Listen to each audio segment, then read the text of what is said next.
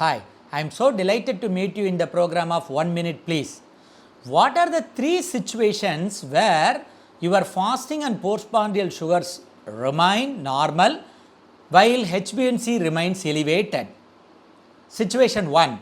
Patient might not have taken any medication for past couple of months, but he might have adhered to medication religiously for past couple of weeks, resulting in normal fasting and postprandial sugar.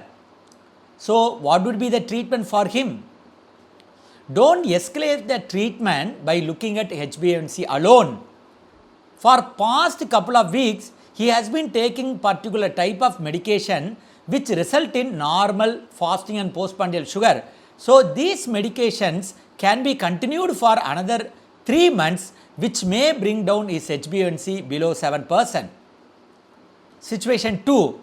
When patient says that he has not taken any kind of medication for past 6 months, then we could easily understand that this high HbA1C could be easily due to discontinuation of medication.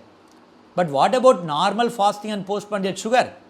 Then probably you have to check with the lab people, because there may be some kind of flaws on technical methods which may result in false normalization of his blood sugar level.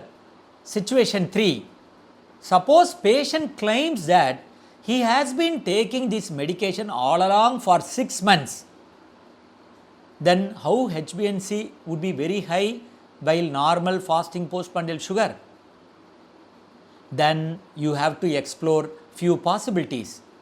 The first most important is his fasting and postprandial sugar level remain normal. That means whatever medication he has been taking for past couple of days or past couple of weeks, that has made his blood sugar remain normal. So definitely these medicines can be continued without any fail. But when somebody claims that he has been taking medication all along for more than 6 months, but only HbA1C remains elevated alone, then how will you explain? Then if somebody says that I have been taking medication but fasting postprandial is normal, but only HbA1C is elevated, then probably you have to think of the causes of falsely elevated HbA1C. There are few causes of falsely elevated HbA1C which should be always thought in our mind. The most important cause among them is iron deficiency anemia. So, iron deficiency anemia can increase your HbA1C by 1.5% from the patient's baseline value in the presence of normal sugar, where it gains very significant. For example, when you try to diagnose diabetes with HbA1C, for example, when someone crosses HbA1C 6.5%, that person will be labeled to have diabetes. But in the presence of iron deficiency anemia, probably his day-to-day sugar level may be very normal, but iron deficiency anemia make his HbA1C increased falsely. So in that case, when you try to correlate HbA1C along with diagnosis of diabetes, look at iron deficiency anemia.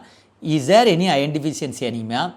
If there is iron deficiency anemia, treat iron deficiency anemia, then repeat HbA1C after 2 to 3 months, then probably you can think of diagnosing diabetes with HbA1C. What is the reason for falsely elevated HbA1C in iron deficiency anemia?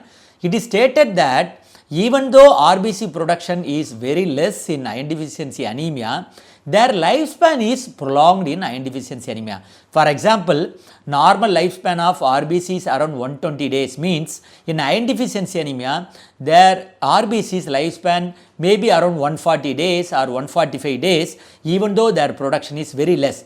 At that time, what happened? Even though you maintain very normal sugar level, but this normal sugar attaches to the RBC, which lifespan gets prolonged more than 120 days, resulting in falsely elevated HbA1C. That is the reason whenever there is some kind of discrepancy between fasting and postprandial sugar and increased HbA1C, and especially when patient claims that even he didn't miss any kind of medication for a couple of months, but still HbA1C is high, Think of falsely elevated HbA1C including iron deficiency anemia, hypertriglyceridemia and hyperbilirubinemia and chronic aspirin injection. Among this, the most important cause would be iron deficiency anemia.